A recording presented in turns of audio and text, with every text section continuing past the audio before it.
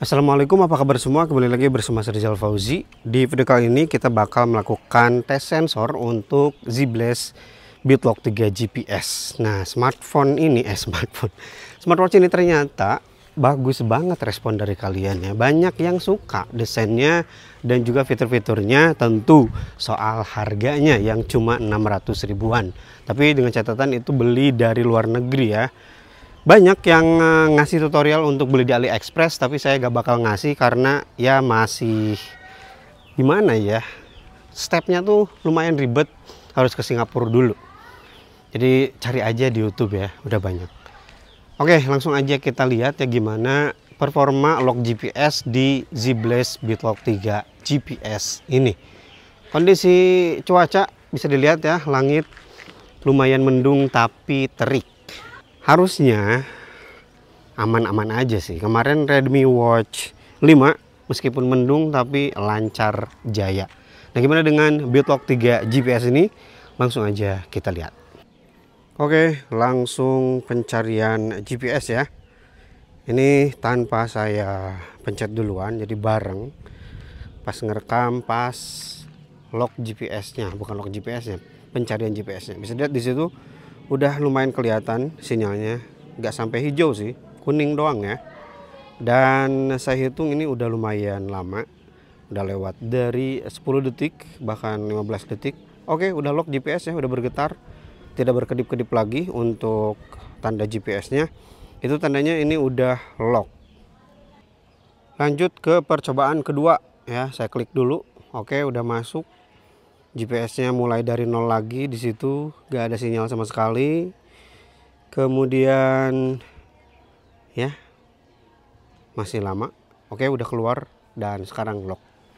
Agak sedikit lebih cepat ya di percobaan kedua daripada percobaan pertama tadi. Untuk melihat data laporan olahraganya, tinggal masuk aja ke menu dan ambil ini history ya. Ya, workout records di sini tercatat 3,14 km. Oke, ada summary durasi 27 menit 57 detik. Kemudian di bawahnya ada minute track. Ya, memang lurus aja. Saya ngambil track di jalan raya ya. Nanti kita lihat gimana performa trackingnya ya. Di sini ada catatan distance 3,14, kemudian average pace 8 menit 54 detik. Ada average heart rate, kemudian average cadence, average stride length atau SPM. Kemudian kalori yang terbakar, kemudian steps, average power, dan METS. Nah, sisanya bisa kita lihat lengkapnya di aplikasi Fitbeing. Di aplikasi Fitbeing kita masuk ke ringkasan di sini ya, ada latihan. Nah, ini yang paling baru, kita klik aja. Oke, di sini terlihat petanya ya. Bagian atas di sini ada tombol share. Tombol share untuk aplikasi Fitbeing, dia bisa share data olahraga seperti ini atau coba kita sunting di sini. Nah, latar belakangnya bisa kita ganti atau menggunakan foto sendiri ya dari galeri. Kemudian di bawah sini ada tombol zoom. Ada pilihan peta ya, tampilan petanya mau seperti apa. Kemudian di sini ada animasi. Kita bisa lihat animasi yang kalau di Strava pengen kayak gini tuh bayar ya. Sedangkan ya di Fitbeing gratis aja. Kemudian ini ada keterangan cepat atau lambatnya. Nah, bisa diganti sih. Atau kamu mau nampilin heart rate-nya dan lajunya. Oke, di sini ada summary yang sama ya, datanya dengan yang ditampilkan tadi di smartwatch-nya. Di bawahnya nih, ya, ada untuk heart rate-nya chart. Di sini ada BPM rata-rata, kemudian paling tinggi 168, paling rendah 96. Ada zona heart rate di bawah, kemudian ada pace dan udah gitu aja. Sampai saat ini Fitbeing update-annya belum keluar nih untuk chart pace-nya. Jadi cuma angka-angka dan juga pace by kilometer. Kemudian untuk Strava ya, Fitbeing itu otomatis share ke Strava, dan pertama kali kita buka Strava setelah datanya tershare, ini bakal ada opsi seperti ini. Kita bisa tambahkan foto dan itu hampir semuanya sih, bukan Fitbeing aja ya.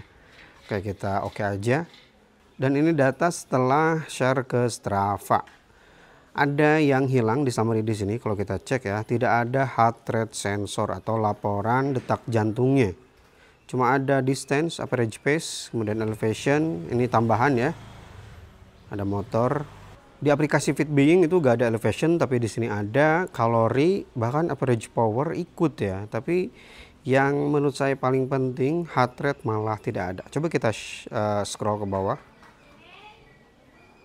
Pace. Nah, heart rate-nya adanya di sini ya ternyata. 151 dan 168. Untuk average 151 ini maksimalnya. Sama ya, 168 ya tadi. Average power, cadence, elevation. Tapi tidak ada keterangan gear apa yang kita gunakan ya. Itu wajar ya, ini smartwatch murah ya. Dan juga mereknya belum sebesar seperti Huawei atau Amazfit gitu.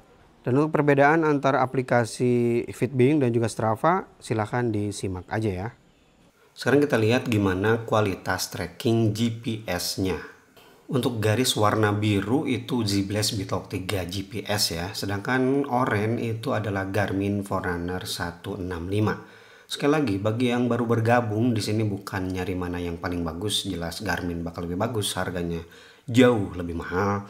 Kita cuma pengen tahu ya, sebagus apa atau sejauh apa ya kualitas GPS yang harganya cuma 600 ribuan. Ya, sekali lagi Garmin warna oranye, sedangkan yang warna biru itu adalah Zblast Bitalk 3 GPS. Oke, untuk titik start ya beda sedikit ya terbacanya, padahal ya bareng-bareng dari situ nggak maju sama sekali. Nah, kemudian bisa dilihat sepanjang jalan di sini ada sedikit yang aneh ya. Warna biru dan warna oranye agak sedikit berjauhan, terutama untuk trek ketika balik atau kembali ya. Jadi Zblast Bitalk 3 ini untuk arah balik ini dibacanya tuh di lajur berlawanan gitu. Padahal mau berangkat atau kembali sesuai yang direkam oleh Garmin tetap ada di lajur itu. Nah, sedangkan Zblast ada di lajur seberangnya.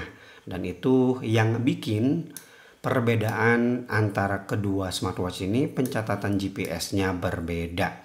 Jadi kalau kita lihat di aplikasi masing-masing ya, Zblast itu mencatat sedikit lebih jauh daripada Garmin Forerunner 165.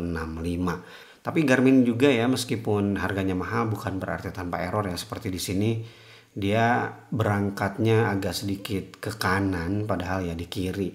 Ya, kira-kira seperti inilah kualitas GPS dari Zblast Bitalk 3 GPS. Dan ini di waktu putar balik ada sedikit perbedaan ya untuk jalur putar baliknya. Agak sedikit lebih jauh di Garmin, sedangkan Zblast sedikit lebih dekat ya untuk putar baliknya. Sedangkan untuk kualitas heart rate di Zblast Bitalk 3 GPS ini tentu ini heart rate beneran, bisa dilihat ya ritmenya sama persis dengan apa yang dicatat oleh Garmin Forerunner 165. Ya ritmenya ya, bukan titiknya. Kalau titik-titiknya jelas ini beda-beda. Seperti di sini di awal udah menunjukkan perbedaan yang cukup jauh ya. Garmin di 112 sedangkan Zblast di 121, hampir 10 bpm bedanya. Kemudian ini juga sama ya, perbedaan yang cukup mencolok juga, dan di beberapa titik lainnya ada perbedaan yang cukup mencolok. Tapi overall ya rata-ratanya tidak terlalu jauh ya, ritme ini sama persis. Jadi pas saya nurunin heart rate dia juga kebacanya ikut nurunin heart rate gitu, enggak saya lagi jalan nurunin heart rate dia malah tetap naik atau stabil di segitu gitu ya. Ternyata tidak. Jadi kualitas heart rate sensornya bagus.